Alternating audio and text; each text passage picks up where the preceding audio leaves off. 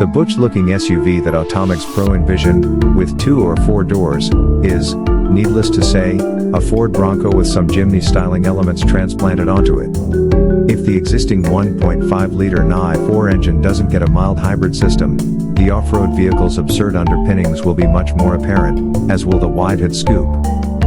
Just so we're clear, Suzuki calls that engine a K15B. There is already a mild hybrid version that outperforms the non-assisted powertrain in terms of fuel efficiency by 17%. The mild hybrid variant, known as SHVS, can produce a maximum of 105 horsepower and 102 pound-feet, 138 newton-meters, of torque. It is unclear, however, if selling 2 wildly different Jimny models in the same market at the same time makes any financial sense.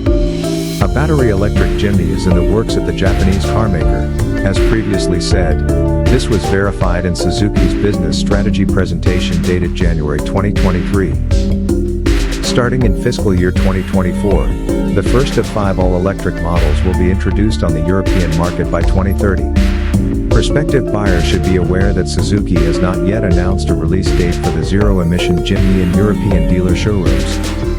The Jimny BEV will look a lot like its dinosaur juice-drinking sibling, so it won't be too different from the Jimny that runs on combustion engines.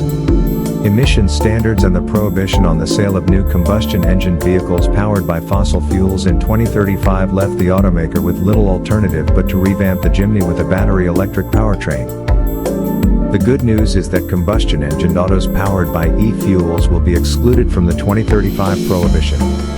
Hopefully, synthetic fuels will eventually replace gasoline and diesel, but there is still a long way to go. If this doesn't change, sports cars with beautiful engines will have to say goodbye to Porsche and Ferrari.